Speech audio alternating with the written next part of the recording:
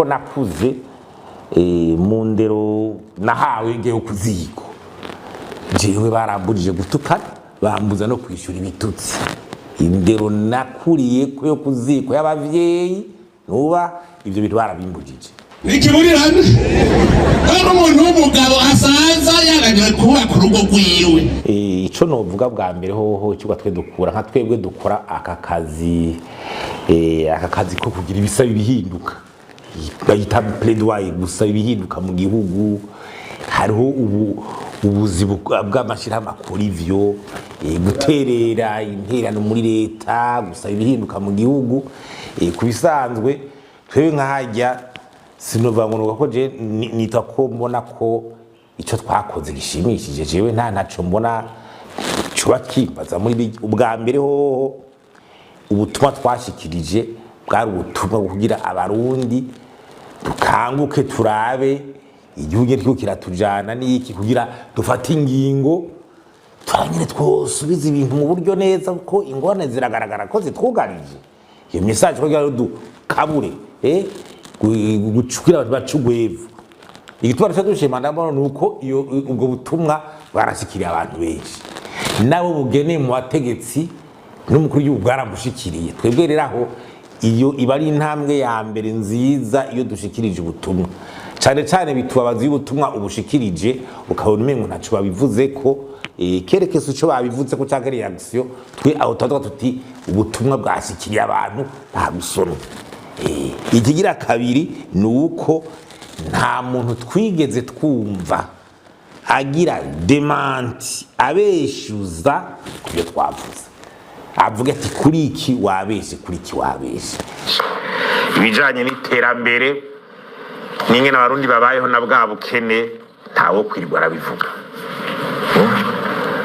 ijuravye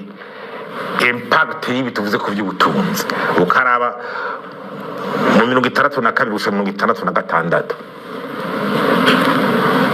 ubutunzi bw'iyongera habaye icyo bita stagnation mu 72 bavuga ko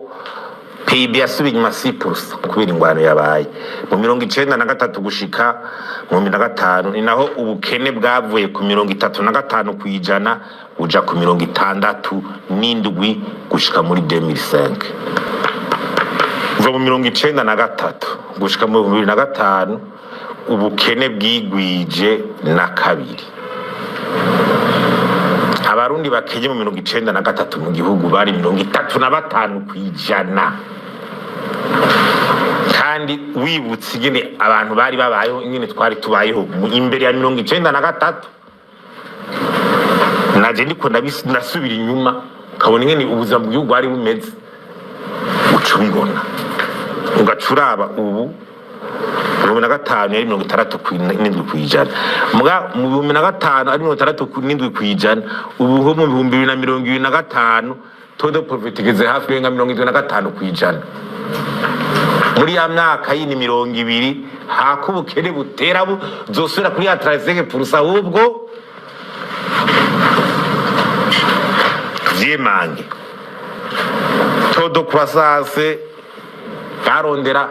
kuyongera ku 10 kwijana ni biharo bikoresha mu by'ubutunzi mugabo ntibyarenze 4 kwijana urumva haratewe amadokima ngo CSRP vision ngo PND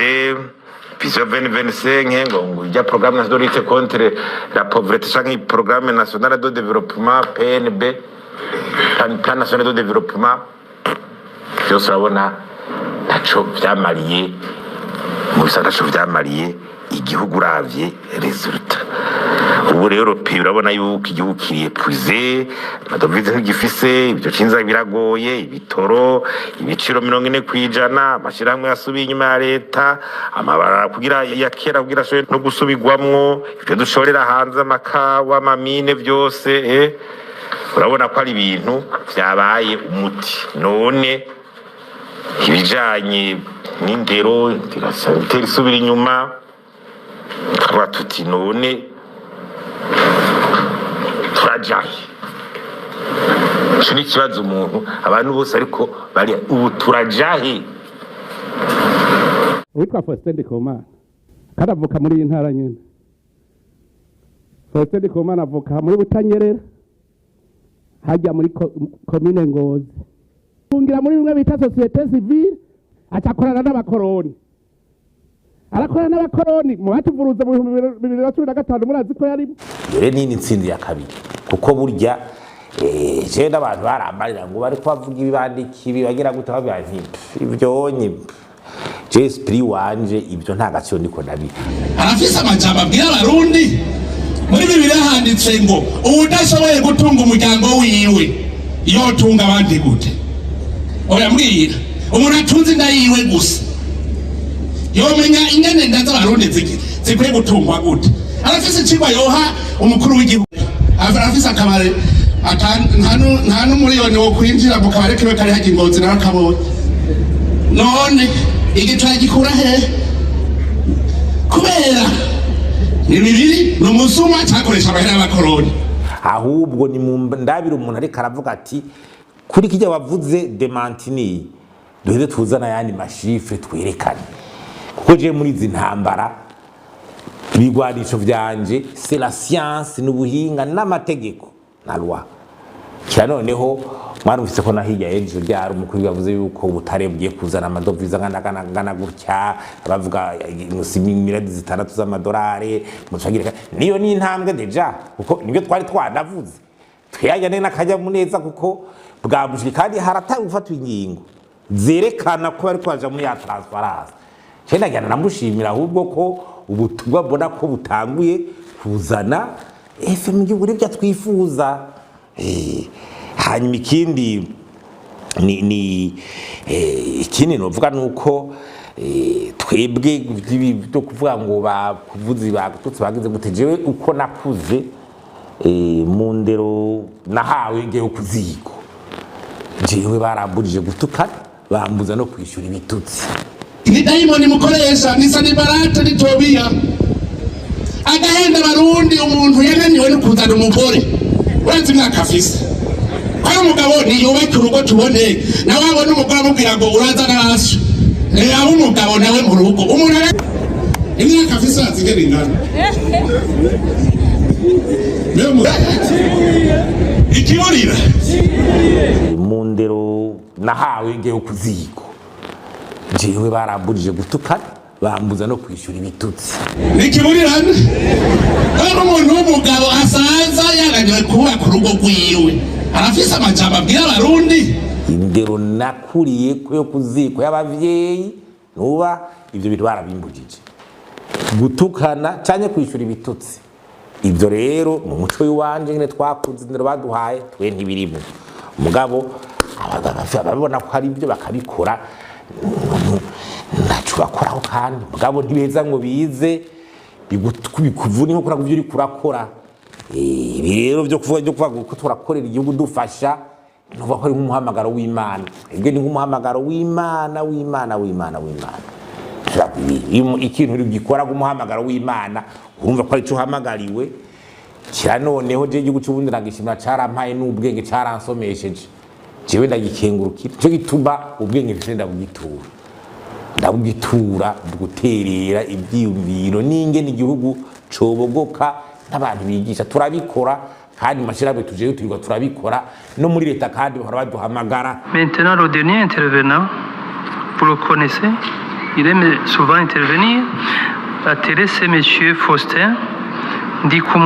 Ndikumana. J'ai une question avant que je vous les passe. La présentation que nous venons de suivre révèle que la dimension politique, qualité de la gouvernance est fondamentale pour toute ambition d'émergence. Mettez-vous en tête, ce qu'on recherche, c'est toujours l'émergence du pays et le développement. Ma question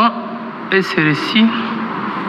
Que faire pour renforcer la capacité du leadership politique et la gouvernance économique afin de lancer le Burundi sur la trajectoire d'émergence? La parole est à vous, Monsieur Faustin.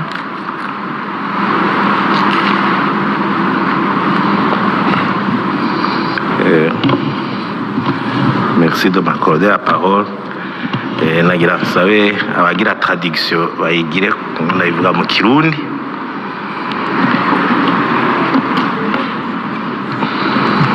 None cyo kisigoro imigwi wacu yego nyakuba mukuru w'igihugu dini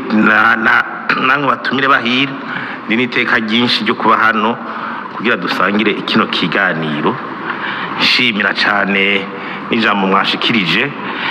na cyane kujya mu bivuga bimengo ni ibintu biri concret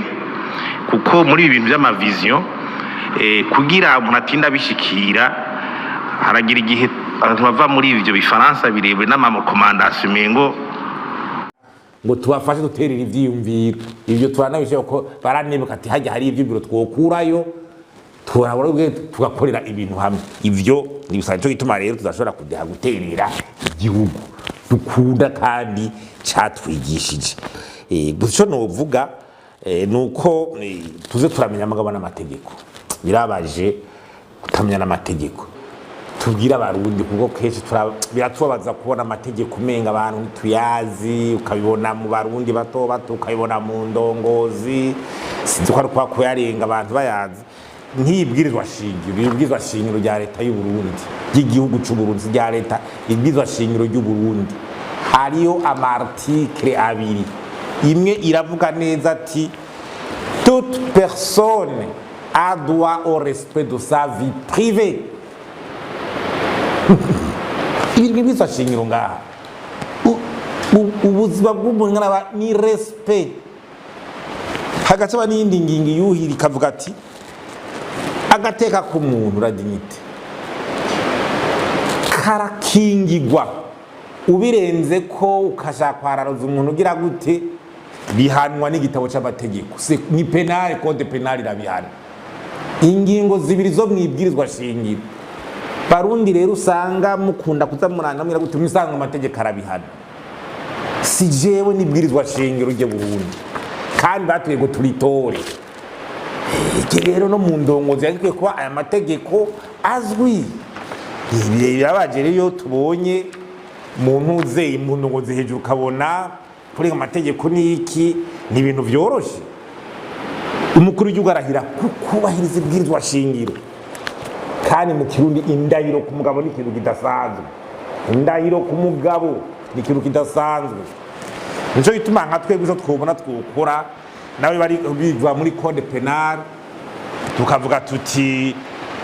hari n'uburenganzira bwo kwitwara wabuhari kwitwara imbere y'ubutungane. Mugabo twetwaze tuti ico tubona kibereye twe vraiment twaguma dutume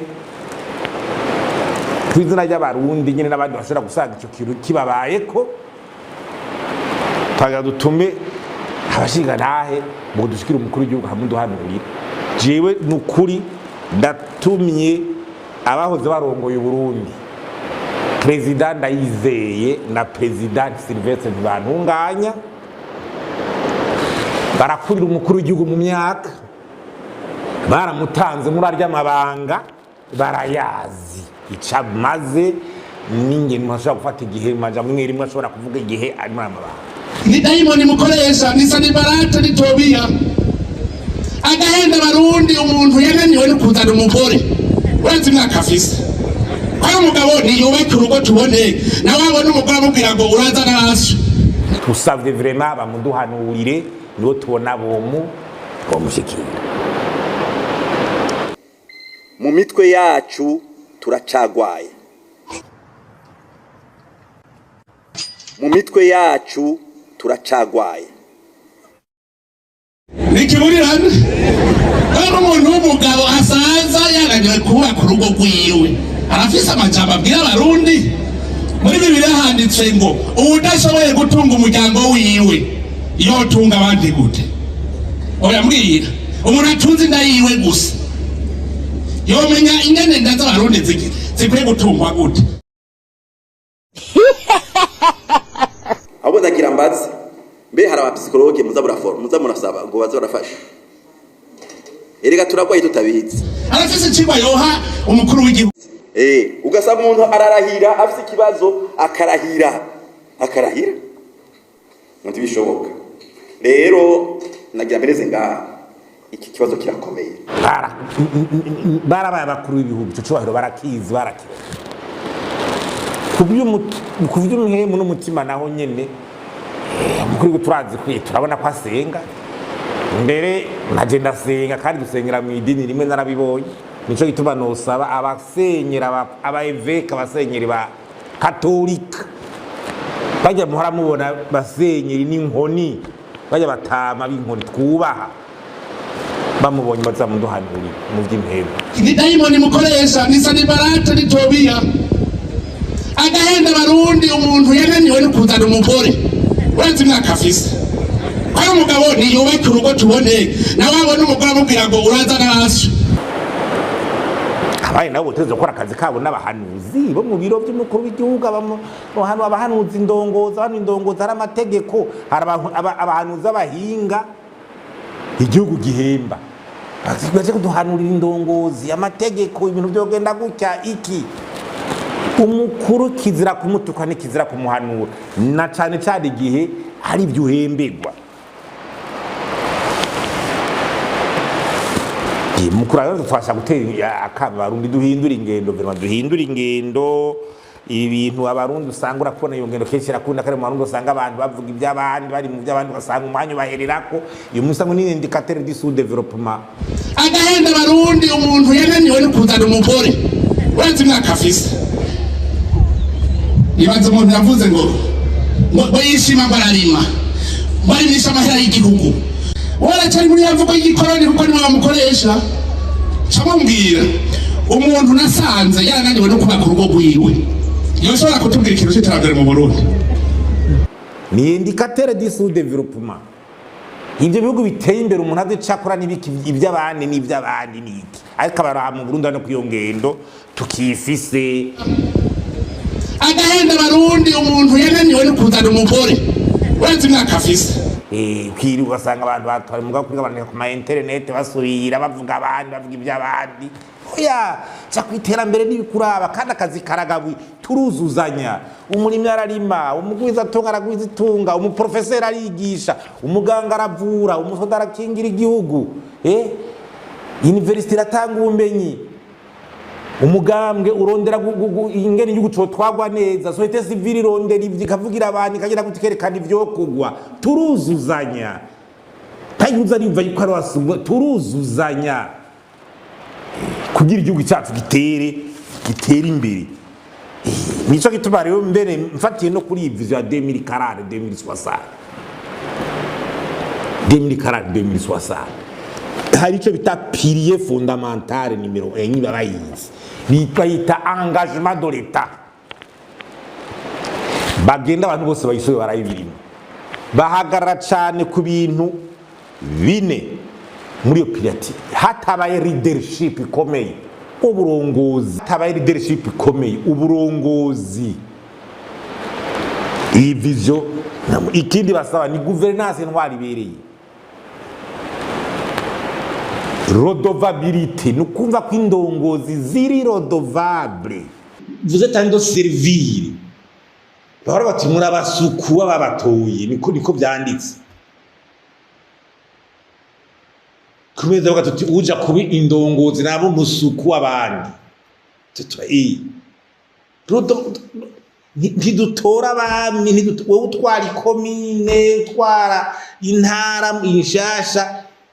watoye gutuwe ngo z'igihugu si wawe nturi umwami w'ikomine nturi umwami w'iki uri umushikiranganje nturi umwami muri ministeri no ku gihugu no mu kuri wamutoye si umwami bijya byabamwamva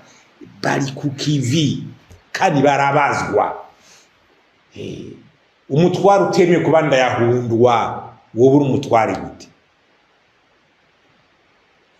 tori inyishu zibazo igihugu c'est ça la redevabilité na participation citoyenne barayizista kabanye batigira sinda bibazwa ibyigo birabaraba ibwizwa shingiro rirabaha uburenganzira yabo uburenganzira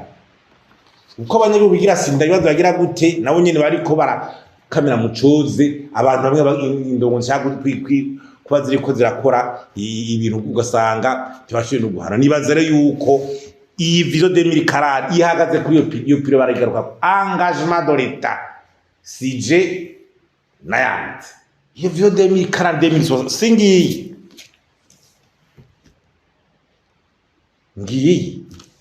ngira no basomera icitwa engagement de l'État nkiriwe ndajya ngiki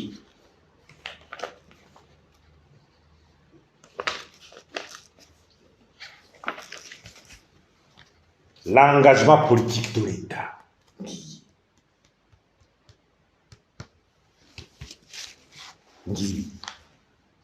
Leadership, redevabilité, participation citoyenne, changement de mentalité. Changement de mentalité.